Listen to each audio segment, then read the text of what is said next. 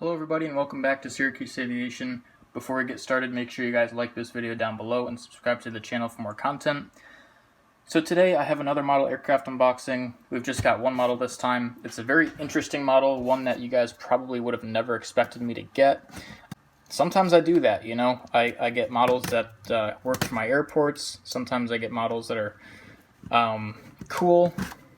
And then other times I get models that are cool but totally just like obscure, unexpected. Never would have imagined a couple years ago that I would have a model like this in my collection, but here we are. We have the Gemini jets, Royal Jordanian Lockheed L-1011. Wow, that is quite something, I'll say that. Very, very interesting. Let's see. Just trying to move my coffee so that I don't spill it. But here we go. Retrojets. This is most certainly a retrojet. Look at that. So cool, man. Why did I get this? Well, I think it was about 30 bucks. If you know me, you'll know that I love the Royal Jordanian livery. And I also like the L-1011 quite a bit, especially after going on one for just a visit. I obviously didn't fly on it. I went on one, though, in Kansas City at Airliners last year, so I figured this would be a pretty cool opportunity to get one just to have in my fleet. So I'll show you guys what she's all about. Get all the coverings off of there. Wow. That is super cool. Yeah, this is quite something. That's really cool. Oh my gosh. Very, very interesting. Man. Oh, I also really like the old Gemini cradles, if you didn't know, which was another motivating factor to getting this, but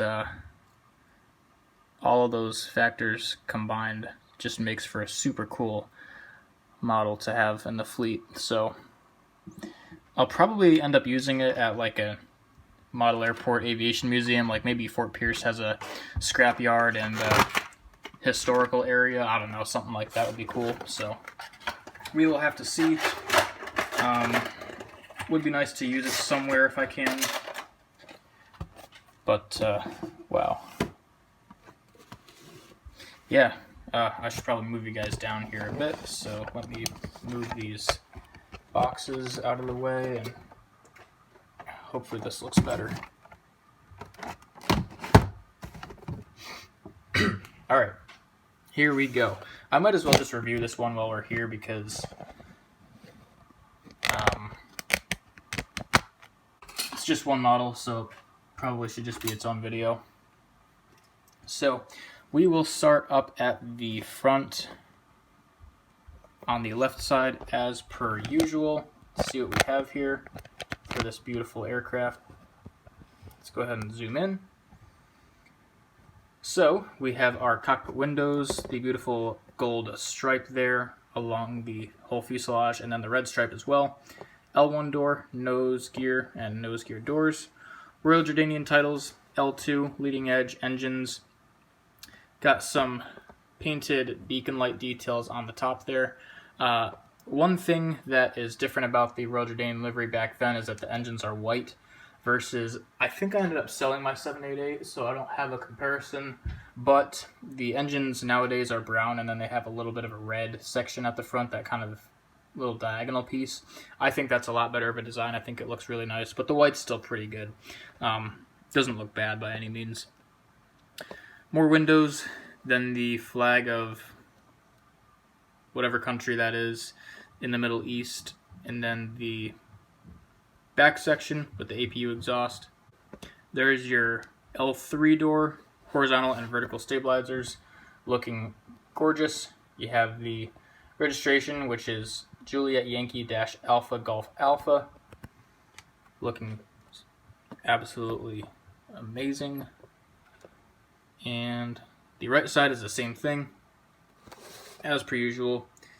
However, it has the cargo doors, and being an old cradle, you're going to have that gap in the wing there, and even on the tail section you have a really big kind of gap where everything's seamed together. It doesn't bother me too much.